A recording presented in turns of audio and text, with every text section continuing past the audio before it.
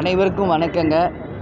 இப்போ கரூருக்கு நான் நேரடியாக சென்று பாதிக்கப்பட்ட அனைவரையும் நேரடியாக சந்திக்க இருக்கிறேன். தமிழக அரசியல் வரலாற்றில் இது மாதிரி ஒரு துயரமான சம்பவம், இவ்வளோ உயிர்கள் பலியான சம்பவம் இதுதான் முதல் முறை. எல்லா உயிரை இழந்திருக்கும் அவங்க குடும்பத்தாருக்கும் ஆழ்ந்த இரங்கலை தெரிவிச்சுக்கிறோம். இன்றைக்கி மிகப்பெரிய ஒரு துயரான சம்பவம் இங்கே நடந்திருக்கு. அட்மிட் ஆகிருக்கிறவங்களையும் நேராக போய் பார்க்குற போகிறோம். அதனால் இன்றைக்கி கரூருக்கு இப்போ நேரடியாக தேமுதிக சார்பாக செல்கிறேன். பாதுகாப்பு நிச்சயமாக அது ஒரு குறுகலான பாதையாக தான் தெரியுது. இன்றைக்கி பார்த்தீங்கன்னா உங்களுக்கே தெரியுங்க, அந்த இடம் அது இவ்வளோ பெரிய க்ரௌடுக்கு அந்த இடம் நிச்சயமாக பத்தாது. ஏன் அந்த மாதிரி ஒரு இடத்த தேர்ந்தெடுத்தாங்க என்பதே ஒரு கேள்விக்குறி.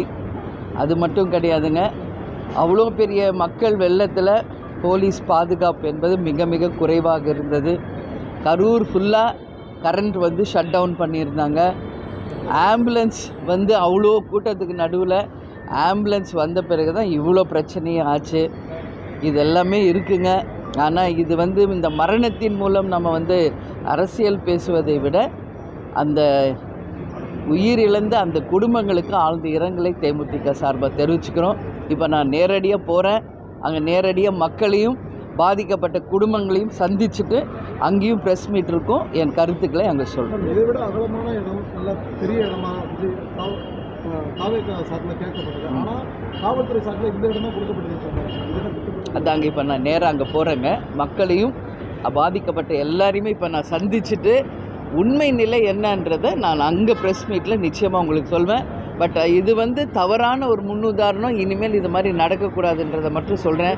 ஏன்னா நான் கேப்டன் கூடயே அவ 1990 எங்கள் கல்யாணம் ஆனதுலேருந்து எவ்வளோ பெரிய ஒரு க்ரௌடோடு தான் கேப்டன் கூட நான் போயிருக்கேன் எல்லா இடத்துக்கும். பட் இது ரொம்ப ரொம்ப எல்லாருக்கும் மனசு கஷ்டமாக இருக்குது. குழந்தைங்கள்லேருந்து இளைஞர்கள், பெண்கள் எல்லாம் இறந்துருக்காங்க. ஸோ இது நம்ம எப்படி சொல்கிறதுன்னு எனக்கு தெரியல. ரொம்ப ரொம்ப ஒரு துயரமான ஒரு சம்பவம் இன்றைக்கி தமிழ்நாட்டில் நடந்திருக்கு.